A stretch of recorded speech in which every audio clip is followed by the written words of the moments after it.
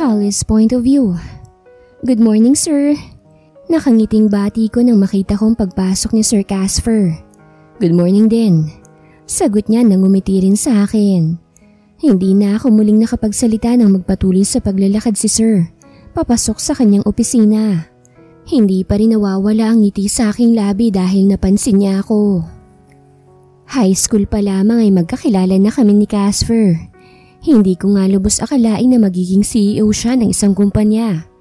Mabuti na lamang at naging malapit kami sa isa't isa noon. Ang totoo nga niyan ay may gusto ko kay Casper simula pa noon. Naging madali para sa akin ang mag-apply ng trabaho sa kanya. Back to work! Malakas na sigaw ng aming team leader na si Janet. Aligaga akong bumalik sa aking pwesto at agad binuksan ang aking laptop. Pansin kong kakaibang tingin sa akin ng aking mga katrabaho na binaliwala ko na lang. Sa halos ilang taong pagtatrabaho ko rito, ay matagal ko na rin napapansin ng kakaibang mga ugali nila. Hindi kami magkasundo pero hindi rin naman kami magkaaway. Nakasanayan ko na lang na baliwalain sila dahil wala rin naman akong mapapala sa kanila. Holly, kailangan ko tumamayang hapon kaya pakitapos na agad. Biglang sambit ni Janet at agad ipinatong ang ilang papeles sa aking lamesa. Okay, sige. Tipid na sagot ko. Palihim akong bumuntong hininga. Alam ko naman kasi na trabaho niya ito pero pinapasa niya lang sa akin. Wala naman akong ibang magagawa kung hindi ang gawin ng mga ito dahil mas mataas ang posisyon niya sa akin. Mabilis na lumipas ang mga oras sa tanghalian na. Hindi ko pa rin natatapos ang ipinagagawa sa akin ni Janet. Kaya naman wala na akong oras para kumain. Kailangan ko itong matapos agad dahil sigurado kung ako na naman ang pag-iinitan niya kung malilito. Miss Holly, ano pang ginagawa mo riyan? Biglang tanong ni Sir Casper na nakatayo na pala malapit sa akin. Bahagya pa akong nagulat dahil sa biglaan niyang pagsasalita at tarantang napabaling ng tingin sa kanya. May tinatapos lang po, sir. Kinakabahang sagot ko. It's lunchtime. Go eat. Sambit niya. Okay lang po, sir. Kailangan ko po kasi itong matapos agad. Pagdadahilan ko. Mas lalo akong nakaramdam ng kaba nang maglakad si Sir Casper palapit sa akin. Kunot na kunot ang noo niya habang tinitingnan ang ginagawa ko. Gusto ko pa sanang isarado ang laptop ko para hindi niya makitang ginagawa ko. Ngunit huli na ang lahat. Hindi mo to trabaho ah. Biglang sabi niya. Po, naguguluhang sabi ko. Kay Janet ko ibinigay ang trabaho na yan. Bakit ikaw ang gumagawa? Seryosong tanong ni Sir Casper. You don't need to answer. Alam ko na kung anong nangyayari dito. Dagdag na sabi niya pa. Hindi ko na maipaliwanag ang nararamdaman ko. Magkahalong kaba at takot ang nangingibabaw sa akin. Sigurado akong galit si Sir Casper. At sigurado rin akong magagalit si Janet dahil dito. Mukhang malilintikan na naman ako nito kay Janet mamaya kapag nasermonan siya ni Sir. Hindi ko napigilan ang aking sarili na mapatitig kay Sir Casper. Sobrang lapit na ng mukha niya sa akin. Mabuti na lamang at tutok na tutok ang atensyon niya sa laptop ko. Hindi niya mapapansin ang pagtitig ko. Baka naman matunaw ako niyan. Biglang saad ni Sir at bahagyang natawa. Nanlaki ang mga mata ko at agad na napaiwas ang tingin. Pasensya na po, sir. Paumanhin ko. You're good, Holly. Nakikita ko mga gawa mo. And what I mean by that is lahat ng gawa mo. Seryosong sambit niya. Let's have a meeting after lunch. Dagdag na sabi niya pa. Marahan akong napatango. Hindi ko alam kung anong sasabihin ko dahil halos magkarambola ng dibdib ko. Dahil sa labis na kaba. Nakahinga ako ng maluwag nang magsimula siyang maglakad palayo sa akin. Ito ang unang pagkakataon na nakita kong seryoso ang mukha ni Sir Casper. Kahit nung high school pa kami, ay palagi siyang nakangiti. Mas lalong nakakadagdag sa kaba ko ang ideya na yon. Natapos mo na ba yung pinagagawa ko? Tanong ni Janet na kababalik lang galing sa cafeteria. Sunod-sunod akong napalunok. Hindi pa. Kinakabahang sagot ko. What? Ayan na nga lang yung gagawin mo, hindi mo pa magawa agad? Singhal niya sa akin. Pasensya na, Janet.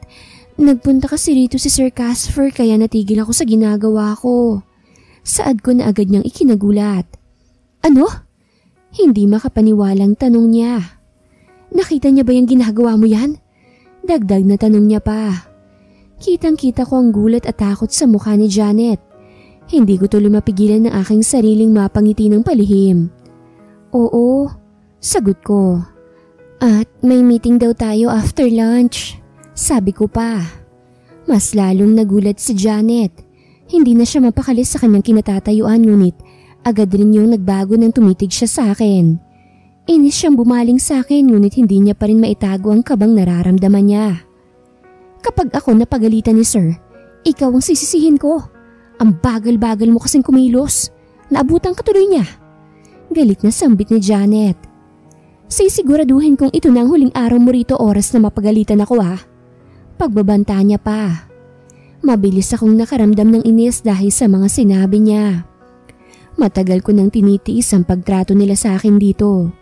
Ginagawa kong lahat ng utos nila at wala silang naririnig sa akin na kahit na anong reklamo. Tapos ganito ang gagawin niya sa akin. Excuse me? Inis na sambit ko.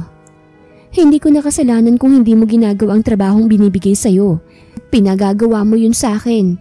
Kaya't wag mo kong sinisisi sa mga katangahan mo. Singhal ko pa na batid kong ikinagulat na mga katrabaho namin. Anong sinabi mo?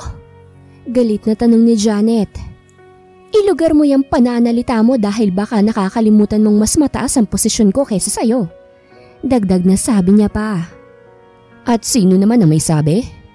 Halos lahat kami napabaling ng tingin kay Sir Casper nang magsalita siya. Bakas ang gulat sa aming lahat na agad ring napalitan ng takot dahil sa seryosong mukha ni Sir. Pabor naman sa akin yon dahil nasaksihan niya ang lahat. Sir. Huwag ka nang magpaliwanag, Janet. Matagal ko nang alam. Pigil ni Sir Casper sa sasabihin ni Janet. You're fired. Dagdag na sabi pa ni Sir. Pero sir. Hindi makapaniwalang sambit ni Janet. This is unfair, sir. Sigaw niya pa. Papaano naging unfair yun? Naisip mo bang ginagawa mo? Sa tingin mo ba ay fair lang yun para kay Holly? Sermon ni Sir Casper. Wala akong ibang nagawa kung hindi ang manatiling tahimik. Hindi ko na problema yan kaya bahala na sila riyan. Bukod ron ay nakita naman ni Sir Casper ang lahat kaya hindi ko na kailangang ipaliwanag ang sarili ko. No sir, mas matagal pa akong nagtatrabaho dito kaysa sa babaeng yan. Sigaw pa ulit ni Janet. That's the point. Matagal ka nang nagtatrabaho dito at matagal mo na rin ginagawa ang bagay na yan. Hindi ko kailangan ng walang kwentang empleyado dito sa kumpanya ko na wala nang ibang alam kung hindi iasa sa ibang mga gawain niya. Kunot na kunot ang noon ni Sir Casper at kapansin-pansin na nauubusan na rin siya ng pasensya. Nagulat na lang ako nang bumaling ng tingin sa akin si Janet. Kasalanan mo tong lahat! Malakas na sigaw niya. Akmang susugurin niya ako nang agad siyang maawat ng security. Sinubukan pang kumawala ni Janet ngunit nabigo siya. Wala siyang ibang nagawa kung hindi ang magsisigaw habang kinakaladkad siya ng security palabas ng kumpanya. Simula ngayon si Holly na ang bago niyong team leader. Sambit pa ni Sir Casper. Gulat akong napatingin sa kanya. Po, bakit po ako? Hindi makapaniwalang tanong ko. And why not? Ikaw na rin naman ang gumagawa ng mga trabaho ni Janet noon pa. I'm sure familiar ka na sa mga iyon. Nakangiting sagot ni Sir Casper. Hindi ko alam kung matutuwa ba ako o matatakot. Halos lahat kasi ng mga katrabaho ko ay masama na ang tingin sa akin. Hindi ko maintindihan kung anong problema nila sa akin. Sige po sir, thank you po. Wala sa sariling sagot ko. Great, back to work everyone. Saad ni Sir bago naglakad paalis. Sunod-sunod akong napabuntong hininga ng tuluyan ng makaalis si Sir. Bahagya ko pang inilibot ang aking paningin sa paligid. At ganun pa rin, masama pa rin ang tingin sa akin ng mga katrabaho ko. Sinubukan ko nilang ituon ang atensyon ko sa aking ginagawa at pinilit baliwalain ang mga katrabaho ko. Kung may problema sila dahil ako ng team leader nila, kay Sir Casper sila magreklamo. Casper's point of view. O pre, bakit naman tulala ka dyan? Biglang tanong ni Dustin. Napaigdad pa ako dahil sa gulat, ngunit agad ring nakabawi. Ibinaling ko sa kanya ang aking tingin matapos akong sumimsim ng aking kape.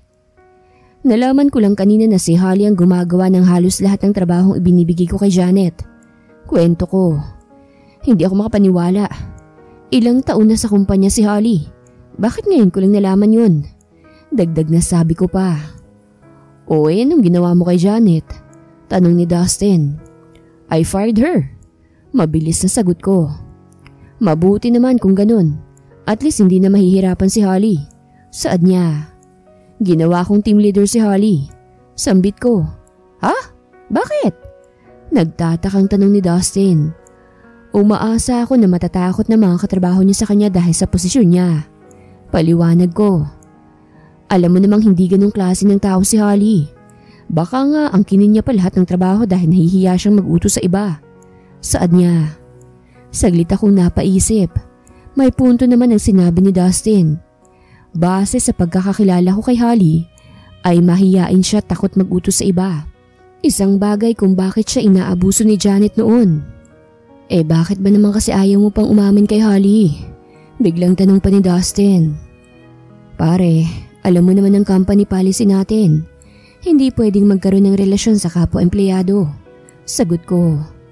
Baka nakakalimutan mong ikaw ang may-ari ng kumpanya na ito. Ikaw ang masusunod.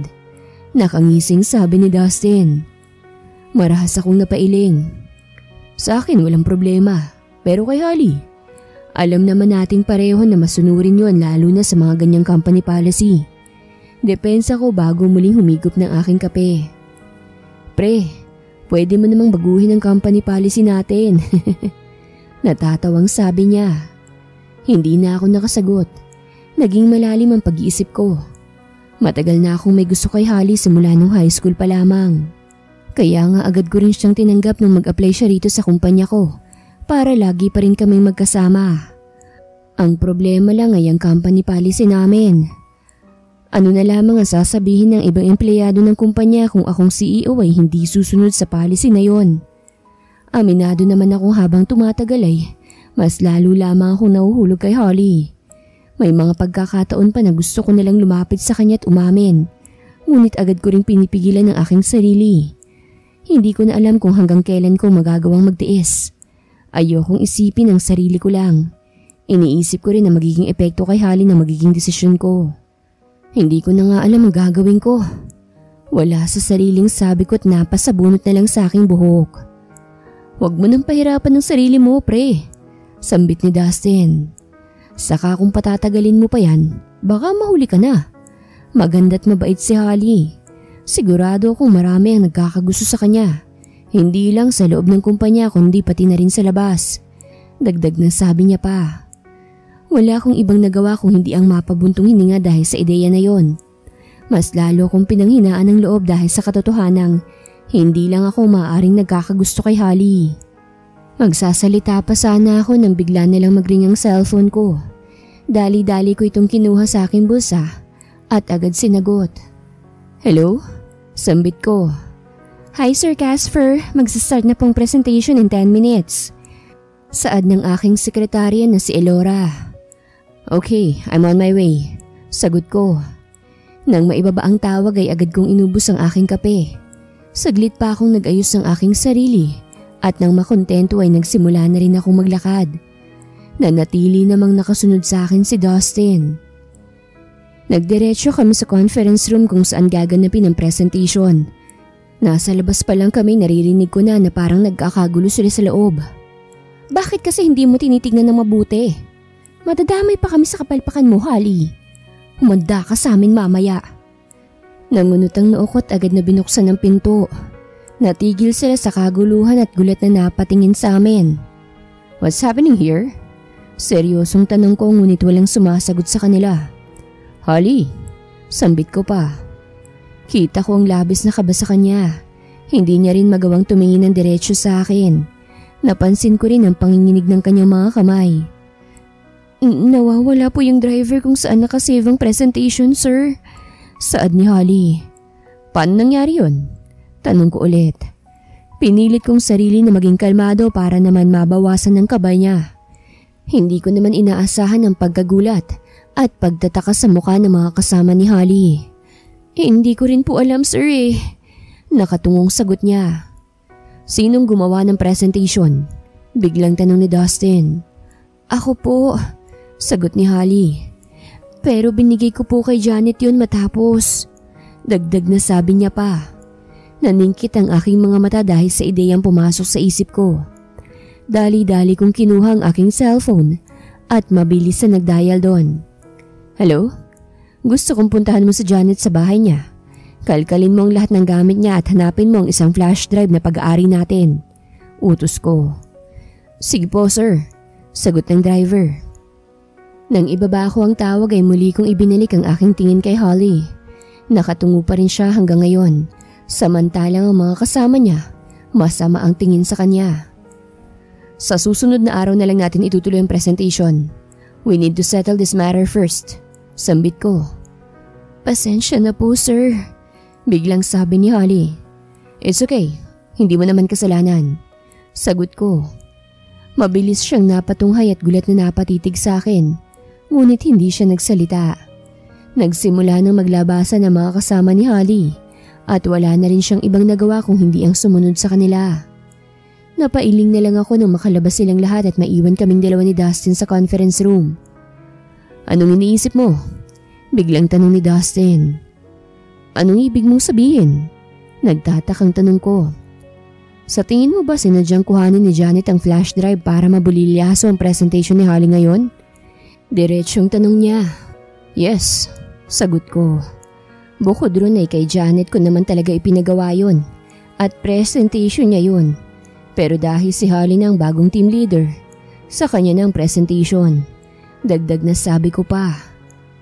Teka, napansin mo ba ang gulat sa mukha ng mga kasama ni Holly? Biglang tanong pa ni Dustin. Akala ko, ako lang ang nakapansin. Oo, sagot ko. Maghinay-hinay ka naman kung ayaw mo makalata sila. Pagbibili niya sa akin. Why? Wala naman akong ginagawa. Sambit ko. Siguro naman ay napansin mo na may galit kay Holly ang mga kasama niya. Baka mas lalo siyang pag-initan ng mga yun kapag napansin nila na iba ang pakikitungo mo kay Holly. Paliwanag ni Dustin. Napatango na lang ako at sunod-sunod na napabuntong hininga.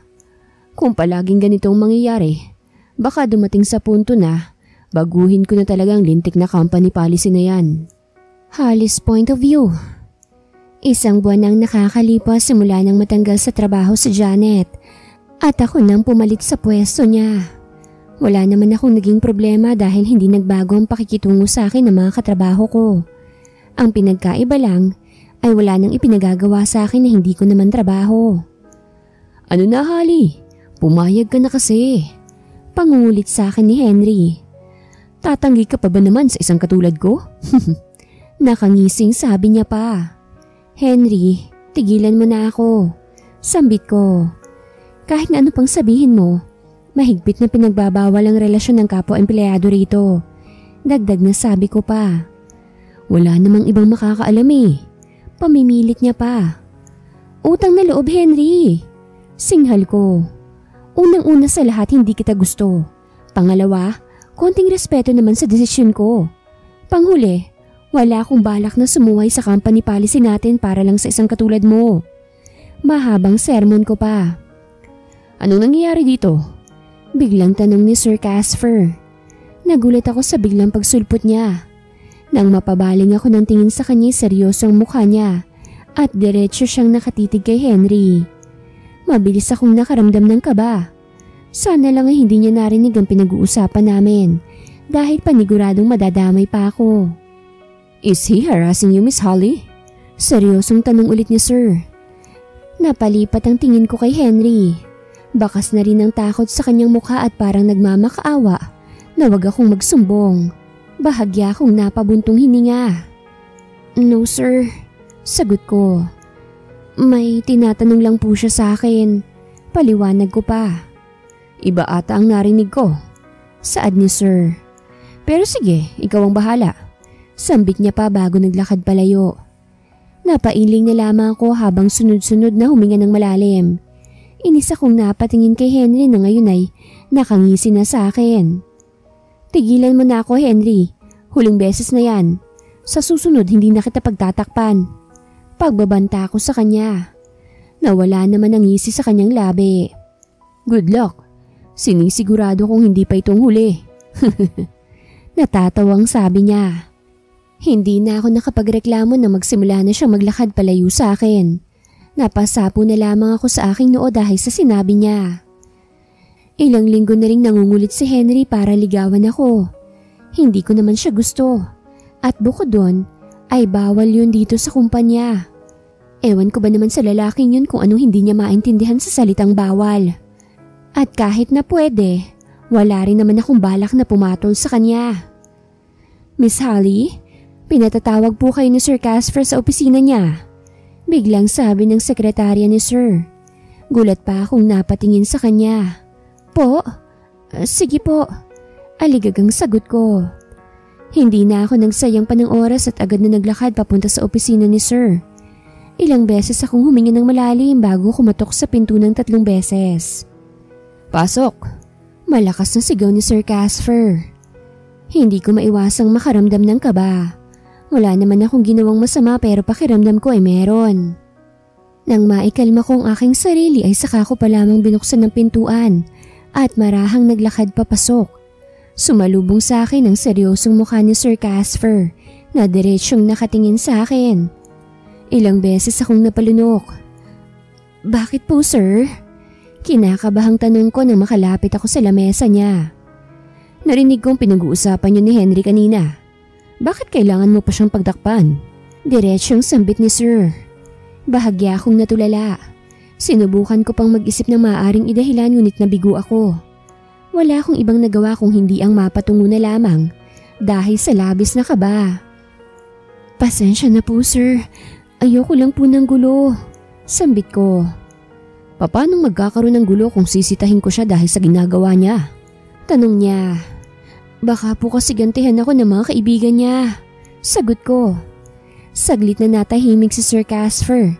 Kaya wala naman akong ibang nagawa kung hindi ang mapatunghay para tignan ang naging reaksyon niya.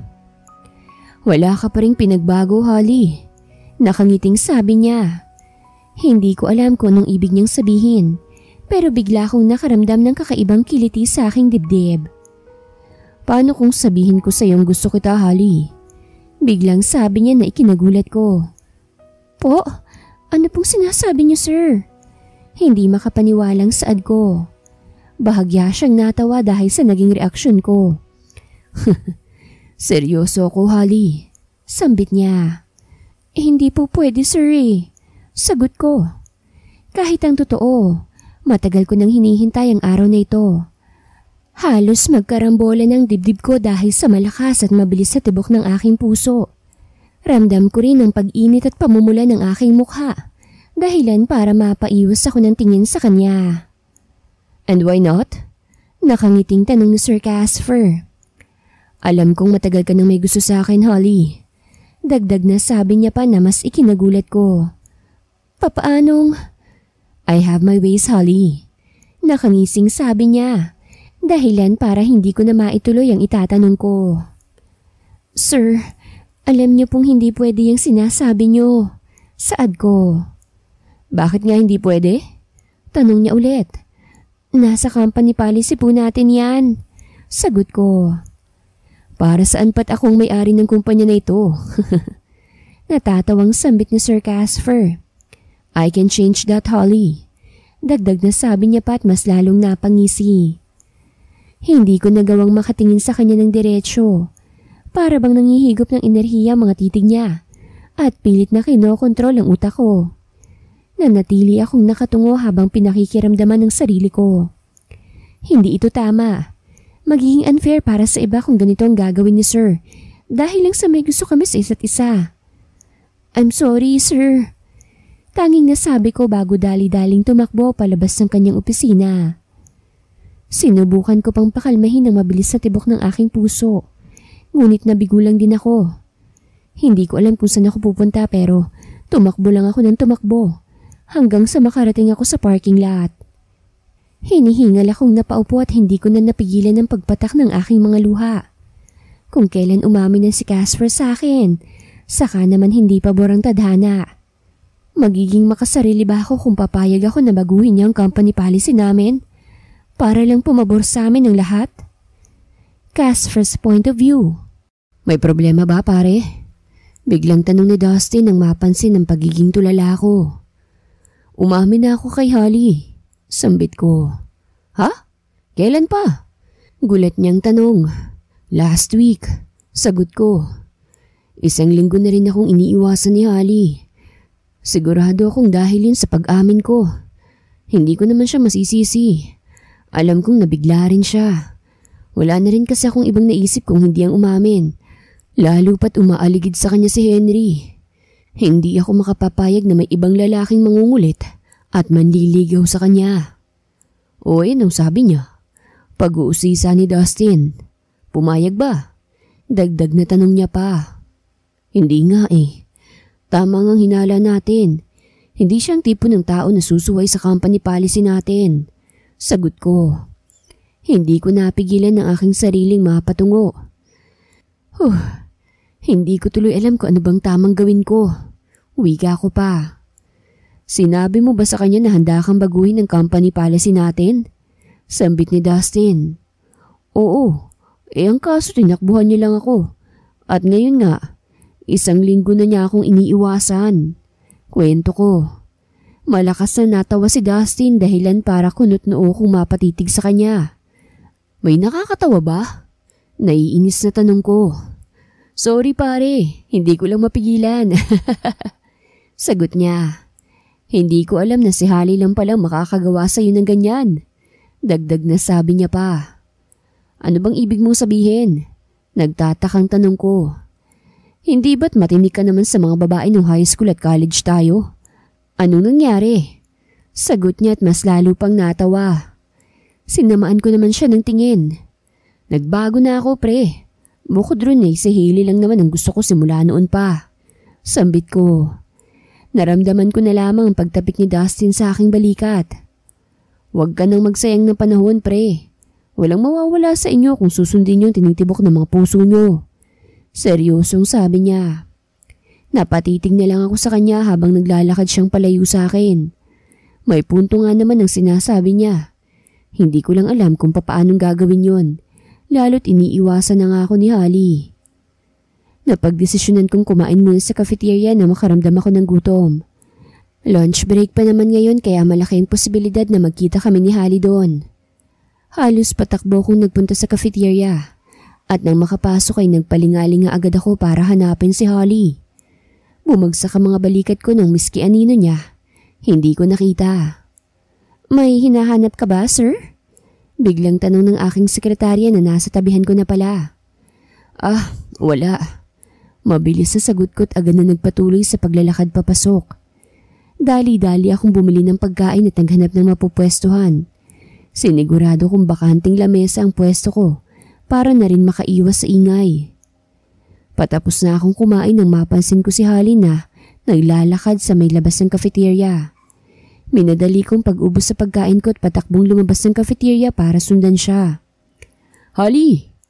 Malakas na sigaw ko ngunit hindi siya lumilingon. Napailing na lang ako at mas binilisan kong pagtakbo. Agad kong hinawakan ng kamay niya at hinila papasok sa loob ng lagayan ng mga gamit ng janitor. Sir, anong ginagawa niyo? Tanong ni Holly. Hindi mo kasi ako binapansin at alam ko namang iniiwasan mo ko. Seryosong sabi ko. May problema ba? Dagdag na tanong ko pa. Saglit na natahimik si Holly at nanatiling nakayuko. Napansin ko ang kamay ko na nakahawak pa rin sa kamay niya. Imbis na bitawan yun ay hinila ko pa siya para mas lalo siyang mapalapit sa akin. Sir, kinakabahang sambit niya. Shh, wala akong gagawin sa'yo. Nakangiting sagot ko. Hindi ko na napigilan ng aking sarili at hinalikan ng noo niya. Naramdaman ko naman ang bahagyang pagkalma ni Holly kaya napangiti ako. Sir, baka may makakita sa atin. Nag-aalalang sambit niya. Wala namang pumapasok dito ng ganitong oras. Natatawang sabi ko. Pero sir... Holly, Seryoso ako sa nararamdaman ko para sa'yo. Ayoko nang magsayang ng oras dahil lamang natatakot ako sa lintik na company policy na yon. Ako ang may-ari ng kumpanya na ito, kaya ako masusunod. Sambit ko dahilan para mapigilan ang sasabihin niya. Gulat na napatunghay si Holly at diretsyong napatingin sa akin. Para akong matutunaw habang tinititigan niya ang aking mga mata. Para bang nangungusap ang mga tingin niya at sinasabing, masaya siya sa mga sinabi ko. Natatakot ako, sir. Biglang sabi ni Holly. Huwag kang matakot. Pag-aalo ko sa kanya. Sabihin mo lang na gusto mo rin ako. Ako nang bahala sa'yo. Dagdag na sabi ko pat hinawakan ng magkabila niyang pisngi. Nanatiling nakatitig sa akin si Holly ng ilang minuto. Ako naman ay napangiti lang at nakatitig din sa kanya habang hinihintay ang kanyang sagot. Gusto rin kita, sir. Sambit niya. Matagal na. Dagdag na sabi niya pa. Mas lalong naging malawak ang ngiti ko. Ramdam ko ang pagbilis ng tibok ng aking puso dahil sa sinabi niya. Hindi ko na napigilan ang aking sarili at niyakap ko siya ng mahigpit. Oh, wala nang bawian ha? Natatawang sabi ko pa. May magagawa pa po ba ako para mabawi yon? Tanong ni Holly at bahagyang ngumiti. Muli ko siyang niyakap ng mahigpit. Hindi ko maipaliwanag ang saya na aking nararamdaman ng mga oras na ito. Kusa na lamang gumalaw ang mga kamay ko para hawakan ang pisngi ni Holly. Nanatili akong nakatitig sa kanya habang unti-unti kong inilalapit ang mukha ko sa kanya. Walang pagtutol sa mukha ni Holly nang maglapat ang aming mga labi. Naging matagal at malalim ang aming mga halik. Naramdaman ko na lamang ang mga kamay ni Holly sa likod at bato ko. Samantalang ang kamay ko naman ay naglalandas na sa kanyang katawan. Natigil lang kami sa aming ginagawa nang makarinig kami ng tao sa labas. Nagkatitigan kami ni Holly at bakas ang kaba sa kanyang mukha. Teka, ang alam ko iniwan kong nakabukas to ah. Sambit ng isang lalaki na batid kong ang janitor dito sa kumpanya. Saan ko ba naiwan na susi dito? Dagdag na tanong niya pa sa kanyang sarili. Napailing na lamang ako at pilit na pinipigilan ng pagtawa. Ramdam ko ang kaba ni Holly dahil sa nanginginig niyang mga kamay. Nakahinga kami ng maluwag nang marinig namin na naglakad ng palayo ang janitor. Hindi ko na napigilan ang tawa ko dahilan para bahagya akong mahampas ni Holly sa balikat. Baka marinig ka nun, sir. Sita niya sa akin. Umalis na tayo rito. Natatawang sabi ko. Naging marahan ang mga kilos namin sa paglabas. Mabuti na lamang at walang ibang empleyado na dumadaan sa hallway. Kaya sigurado kaming walang ibang nakakita sa amin. Hindi na wala ngiti sa aking labi hanggang sa makabalik ako sa aking opisina. Itunoon ko ang aking atensyon sa trabahong kailangan kong matapos. Anong ngiti-ngiti mo riyan? Sita sa akin ni Dustin. Wala. Tipid na sagot ko. Nagkausap na ba kayo ulit ni Holly? Kayo na ba? Pag-uusisa niya pa ngunit nanatili akong tahimik. Kung ipagpapatuloy namin ni Holly ang namamagitan sa amin, kailangan manatili itong sikreto sa lahat pansamantala. Ayoko siyang madaliin dahil siyang pinakamaapektuhan itong pinasok namin. Mas lalo akong napangiti nang maalalang naging halikan namin kanina. Ang unang halik ko ay ang unang babaeng minahal ko. Sinasabi ko na nga be, may nangyaring maganda no?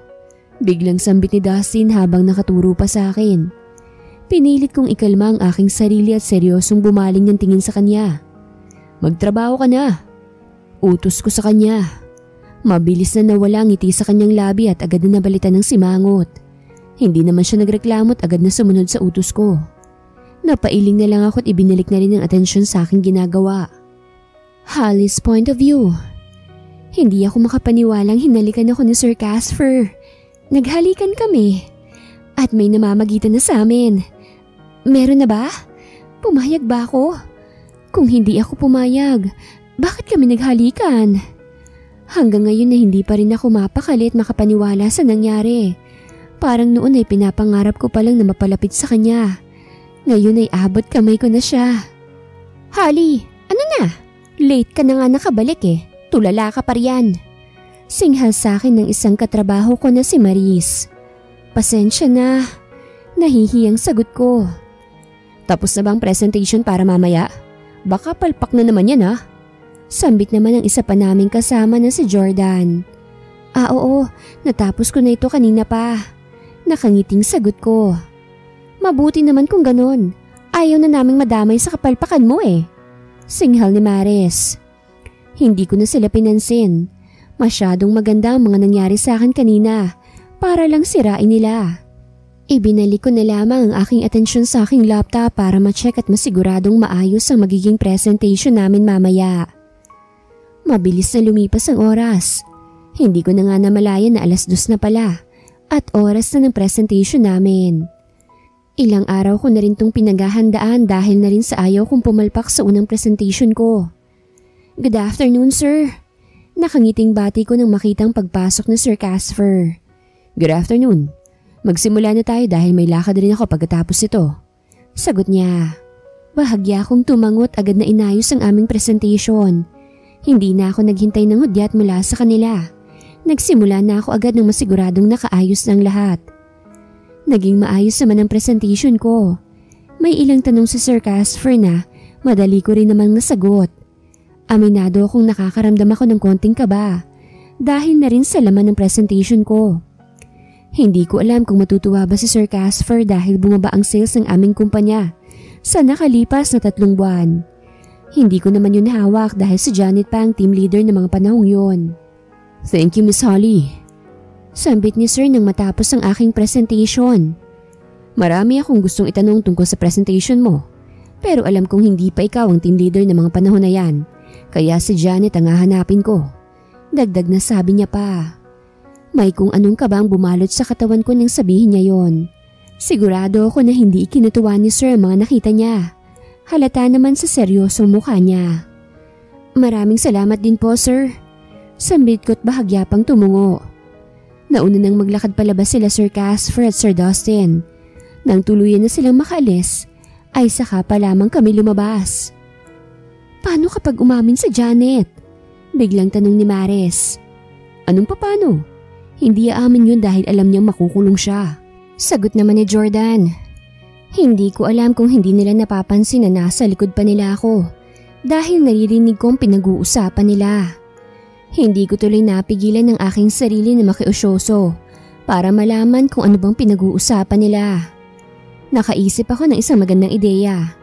Dali-dali kong kinuha ang aking cellphone para i-record kung ano man ang magiging usapan nilang dalawa. Madadamay tayo kapag napatunayan na si Janet ang dahilan kung bakit bumaba ang sales natin noong mga nakaraang buwan. Hindi makapaniwalang wika ni Maris. Kumalma ka nga kasi. Di nila yun malalaman dahil sinigurado naman natin na malinis ang ginagawa natin. Saad ni Jordan. Kung ganun may kinalaman pala kayo kung bakit bumababa ang sales natin? Kunot noong tanong ko. Baka sanggulat sa kanilang dalawa nang lingunin nila ako. Ngayon ko lang sila nakitang ganito at aaminin kong natutuwa ako. Ano ba? Ano ba yung sinasabi mo? Nauutal na sambit ni Maris. Huwag ka nang makikialam dito, Holly Singhal ni Jordan. Hindi ko tuloy napigilan ng mapangisi. Nakakatuwang isipin na sila pang matapang samantalang sila na nga itong may mga ginawang mali. Kapag nalaman to ni Sir Casper, mamamaalam na kayo sa kumpanyang to. Nagkukunwari akong nag-iisip. Tama ang hinala ko. Dagdag na sabi ko pa.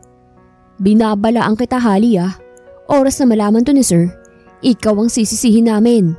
Pagbabanta pa ni Jordan. Bakit hindi niyo sisihin ang mga sarili niyo? Kayo ang gumawa niyan, hindi ba? Natatawang sabi ko. Kahit hindi ko sabihin, malalaman din nila yon. Kaya wag akong problemahin niyo. Dagdag na sambit ko pa. Mas lalong bumukas ang takot at kaba sa kanilang mukha.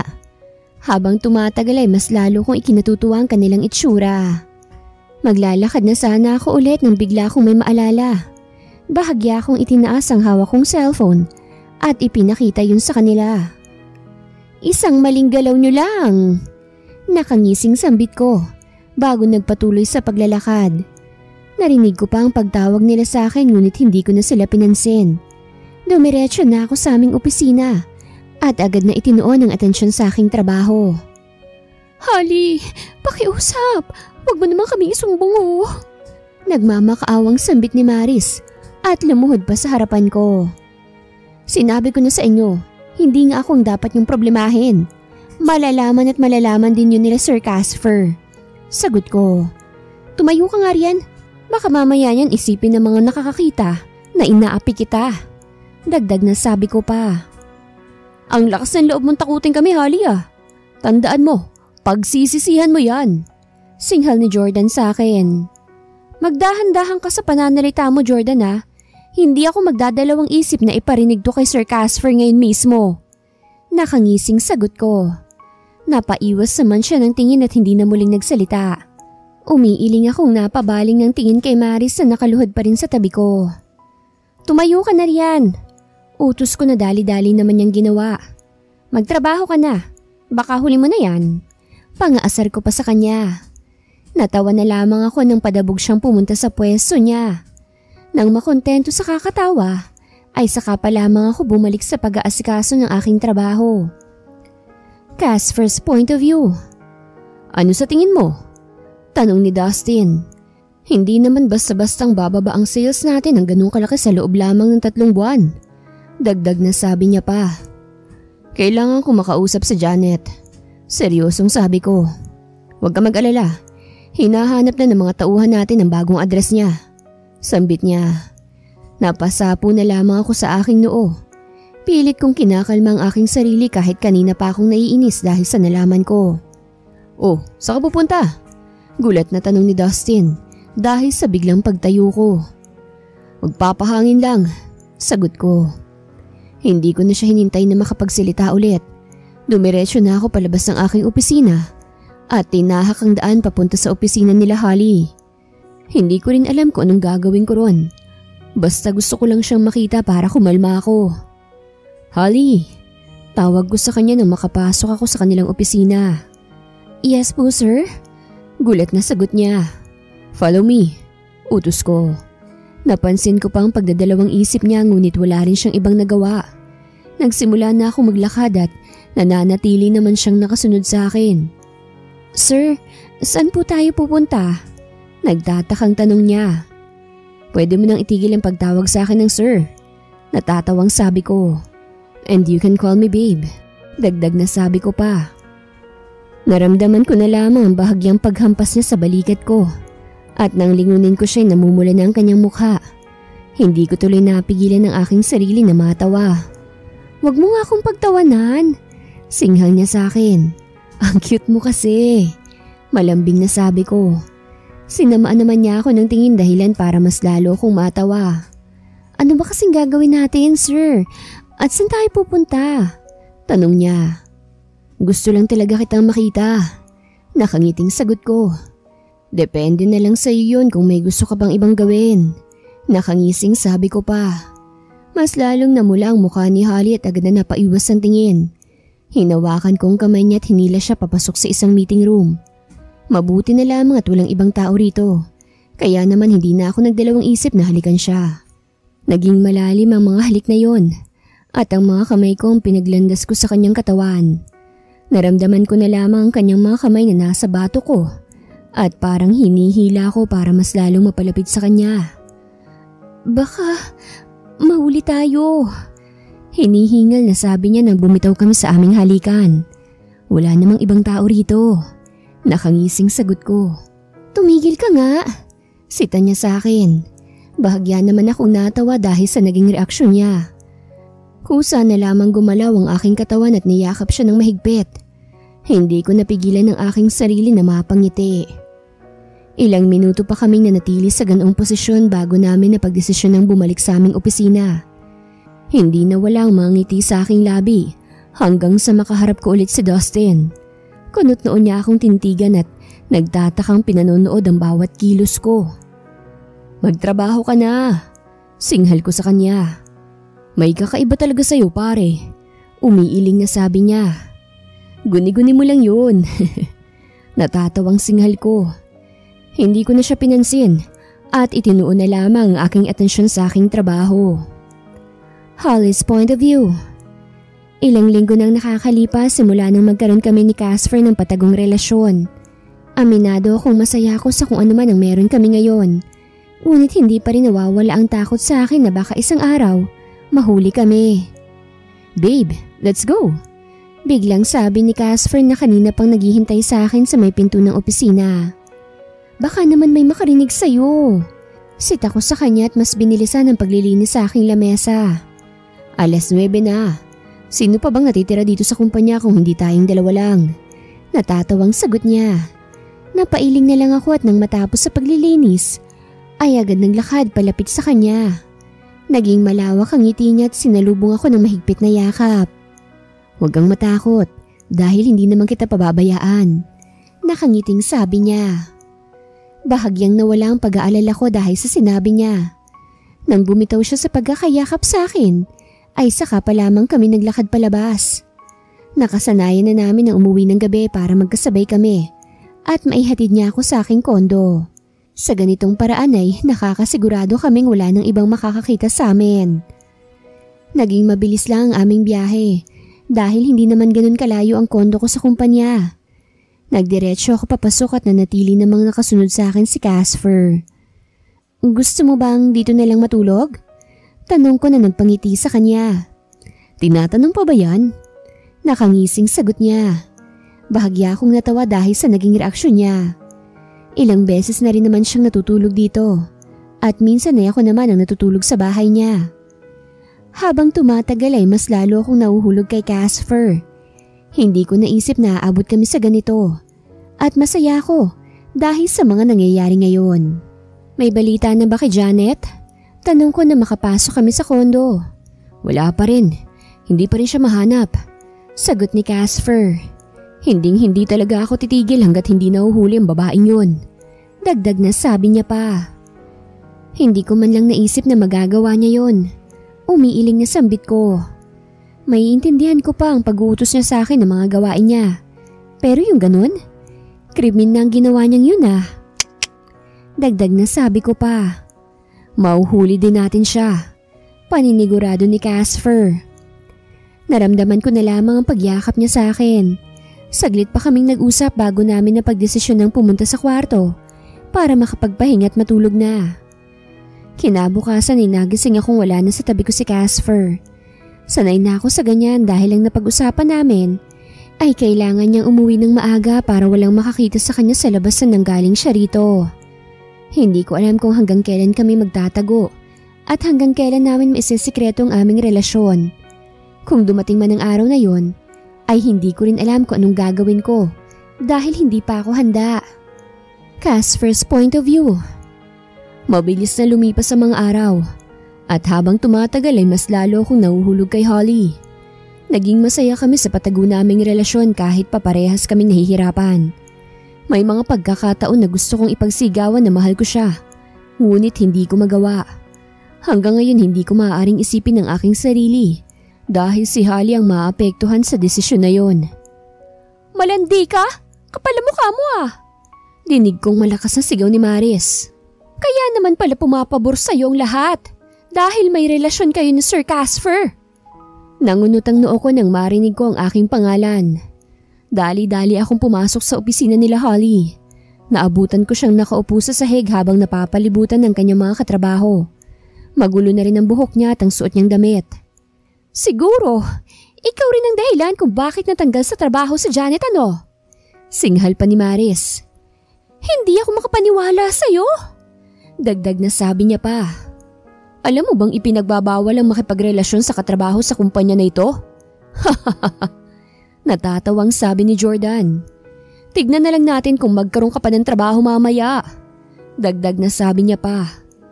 Base sa mga naririnig ko ay sigurado kong nalaman na nila ang tungkol sa relasyon namin ni Holly.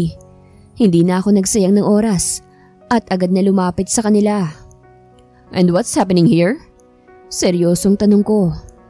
Sir, gulat na sambit ni Maris. May kakaibang inis akong nararamdaman ngunit hanggat maaari, pinipilit ko yung pigilan.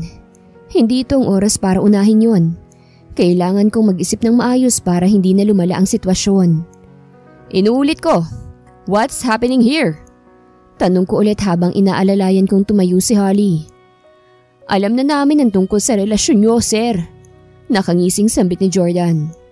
And so? Sagot ko. Hindi ba't ipinagbabawal yan sa kumpanya mo? Natatawang sambit niya pa.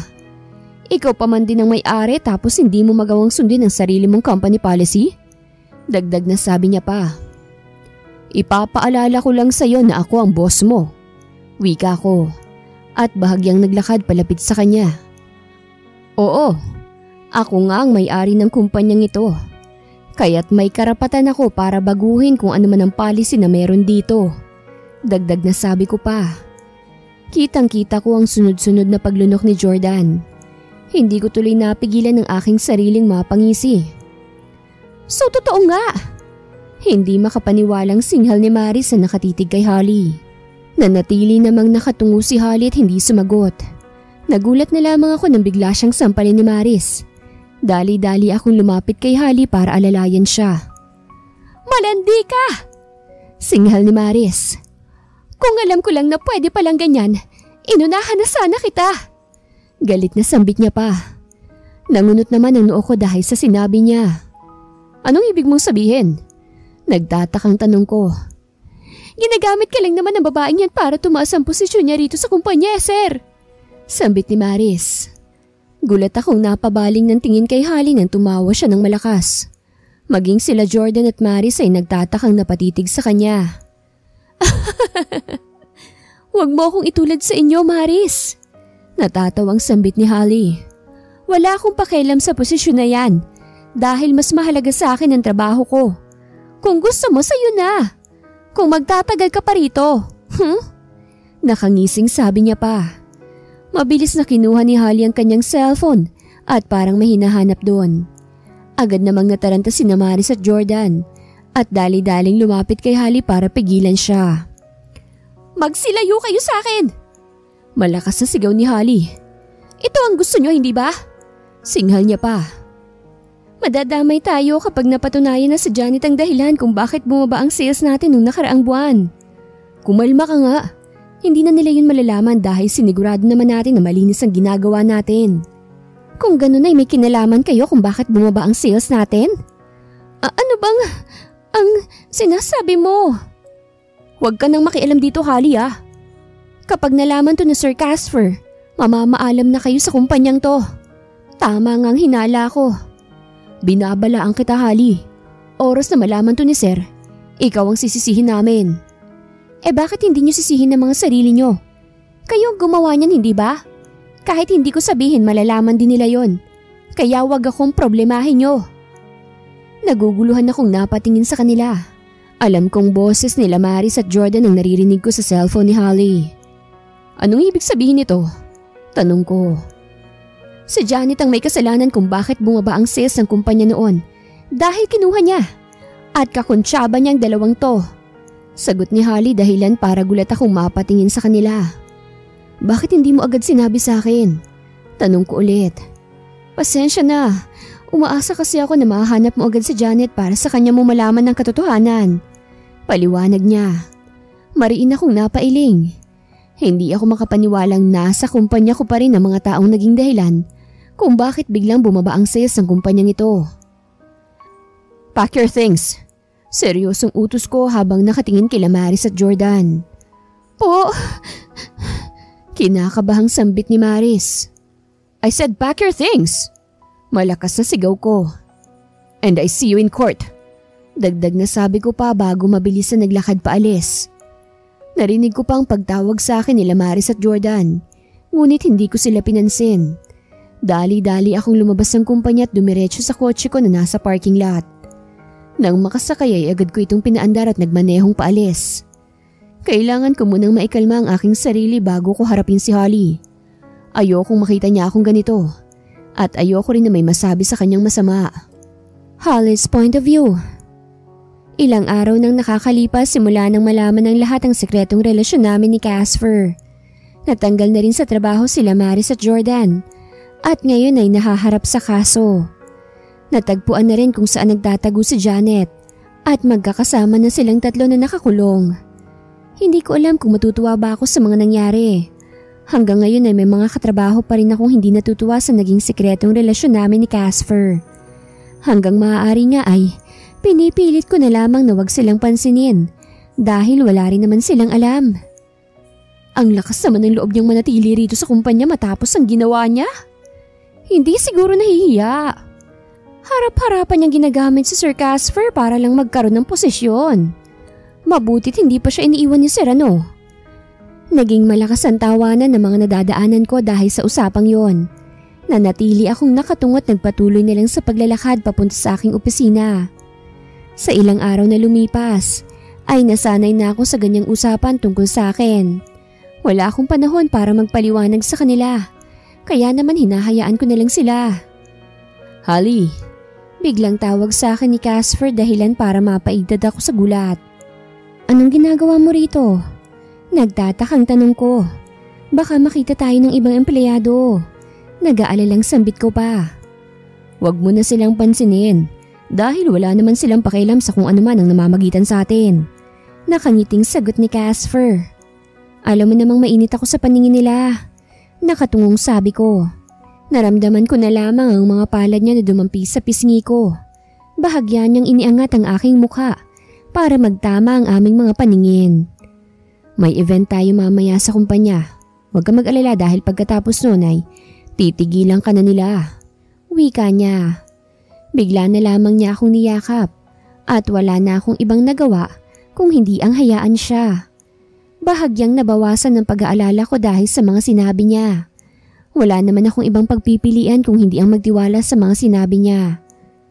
Bumalik ka na sa opisina mo. Utos ko't bahagyang ngumiti. Yes po, boss babe. Nakangiting sagot niya. Napailing na lamang ako habang pinanonood siyang maglakad paalis. Sunod-sunod akong napabuntong hininga nang tuluyan na siyang makalabas ng aming opisina. Ibinalik ko na ang aking atensyon sa aking ginagawa. Ilang minuto pa lamang nakakalipas ay nagdatingan na mga bago kong katrabaho. Matapos matanggal nila Maris at Jordan ay naghanap agad si Casper ng papalit sa kanila. Hi ma'am! Nakangiting bati sa akin ni Cora. Hi! Sagot ko naman. Mabuti na lamang at mababait itong mga nahanap ni Casper. Hindi ako nahihirapang makisama sa kanila at mabilis kaming nagkasundo. Mabilis na lumipas sa mga oras. Napagdesisyonan ko munang umuwi sa kondo para makapag-ayos ng sarili para sa event mamayang gabi. Hindi ko maitatangging excited na ako sa sinabi ni Casper kanina, ngunit hindi pa rin nawawala ang kaba ko.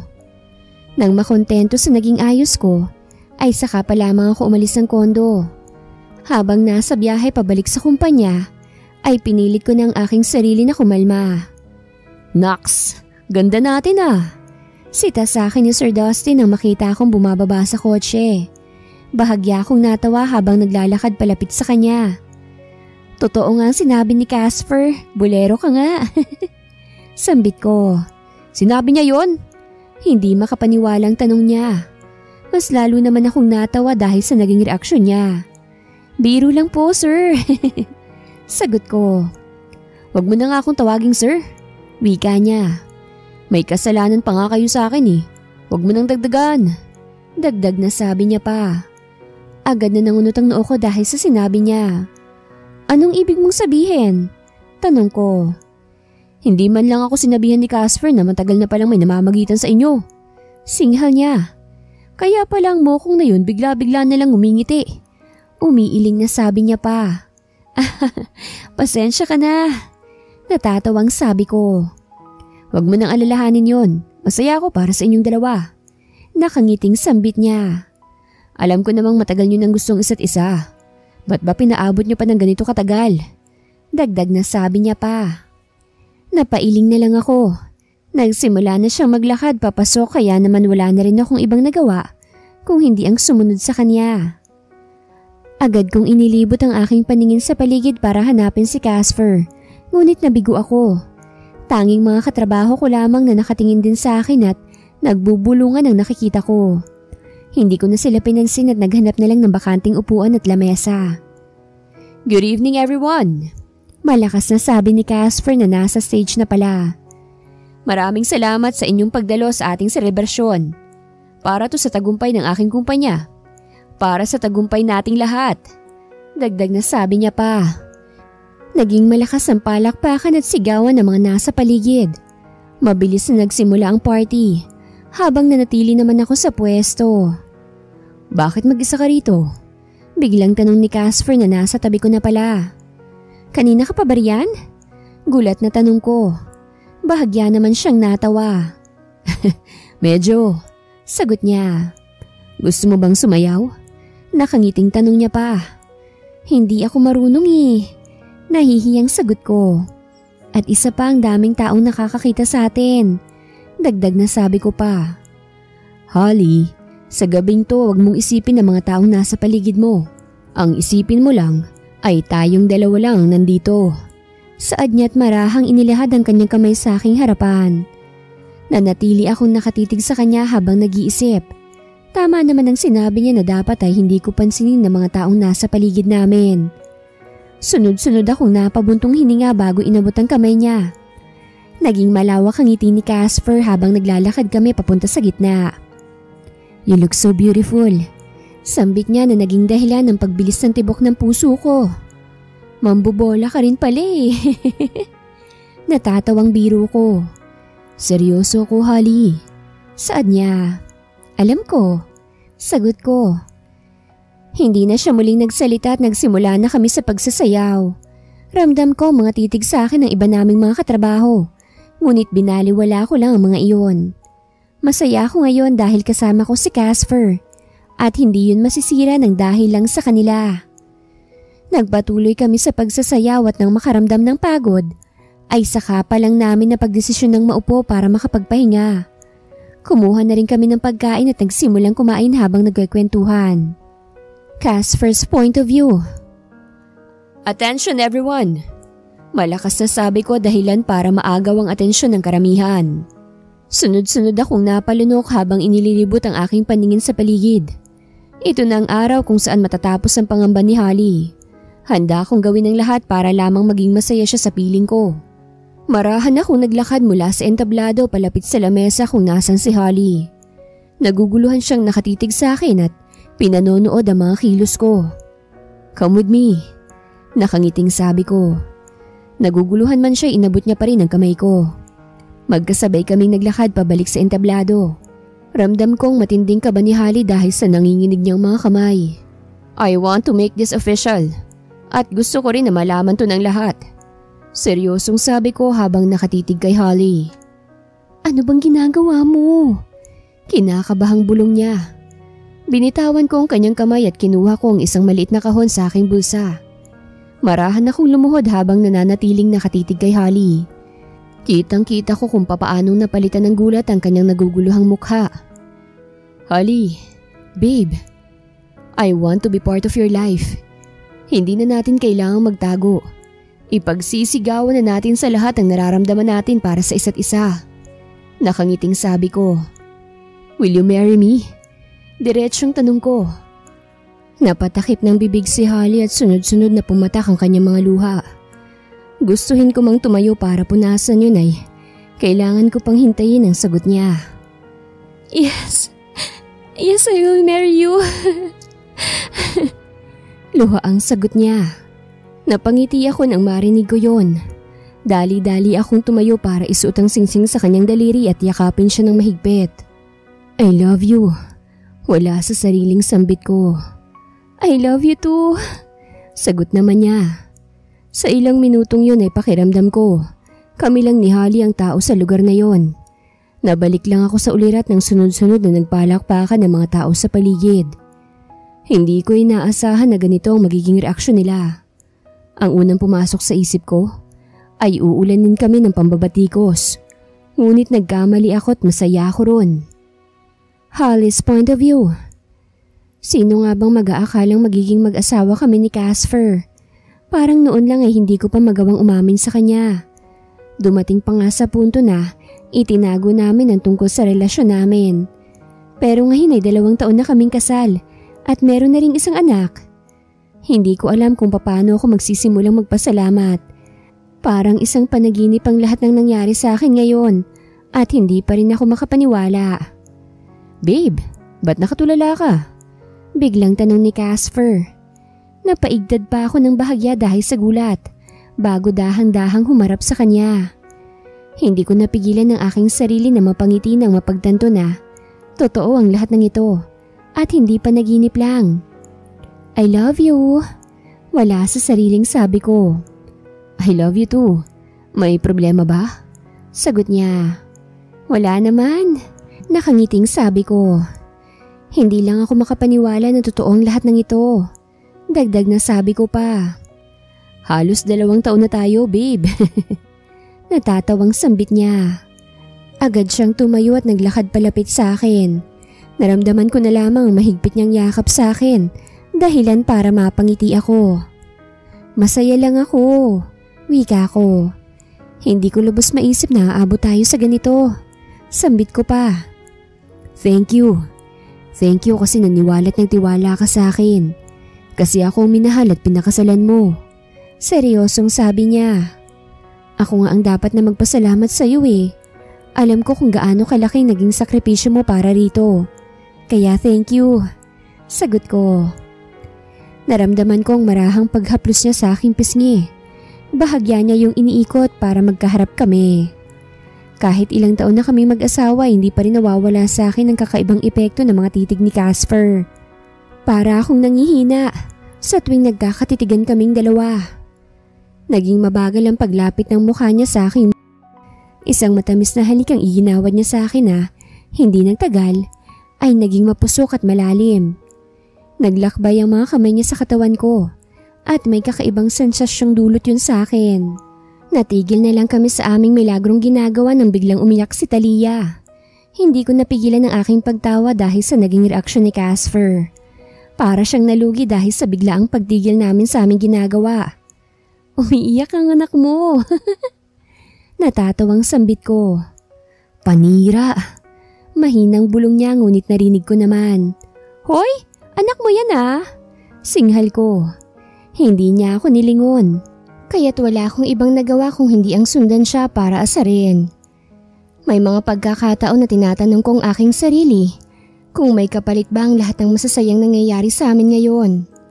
Hindi ako mapalagay dahil para talagang isang panaginip ang lahat ng ito. Oh, ano na naman yung iniisip mo?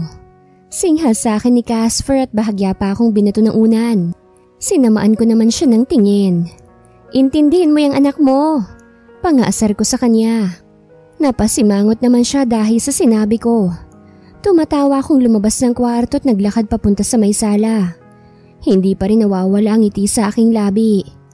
Hindi ko alam kung anong mabuting bagay ang ginawa ko noon para maging ganito kasaya ang buhay ko. Pero nagpapasalamat ako. Sa kabila ng lahat ng pinagdaanan ko ay dumating pa rin ako sa punto ng buhay ko na ganito kasaya. Babe, biglang tawag sa akin ni Casper. Marahan ko siyang nilingon at pinanood na maglakad palapit sa akin. O bakit? Nagtatakang tanong ko. Sundan na natin si Talia. Nakangising sabi niya. Buisit ka? Malakas na sigaw ko. Wala akong ibang nagawa kung hindi ang habulin siya nang magsimula siyang tumakbo. Hiningal na ako't lahat ngunit hindi ko pa rin siya nahuhuli. Masaya na kami sa ganitong mga simpleng bagay. Mabuti na lamang at mabait si Casper. Mapagmahal din siya at mabuting ama't asawa. Wala na akong ibang mahihiling pa.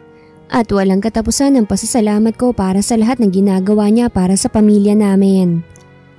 I love you, babe. Biglang sambit ni Casper at hinalikan ako sa pisngi. I love you too. Nakangiting sagot ko. Napatunayan kong kung tunay ang pag-ibig. Kahit na anong problema ang humadlang dito, ay hindi ito mabubuwag. Kailangan lang nating maniwala at magtiwala sa taong mahal natin. At darating ang araw na magbubunga ng lahat ng ating paghihirap at mga sakripisyo. Hindi madali ang naging simula ng relasyon namin ni Casper. Ngunit naging matatag kami at ipinaglaban yon. Bilang resulta, masaya na kami ngayon kasama ang anak namin. Napagtanto ko rin na may mga taong hihila sa iyo pababa at wala kang ibang magagawa para baguhin sila. Mananatili silang ganon at ang tanging magagawa mo lang ay ang lumayo sa kanila. Hindi sila makakatulong sa pag-unlad mo kaya dapat na silang iwasan. Hindi lahat ng taong nakapaligid sa iyo ay mapagkakatiwalaan. Piliin lang ang mga taong ituturing na tunay dahil mas mahirap maging kalaban ng taong naging malapit sa iyo. Wakas,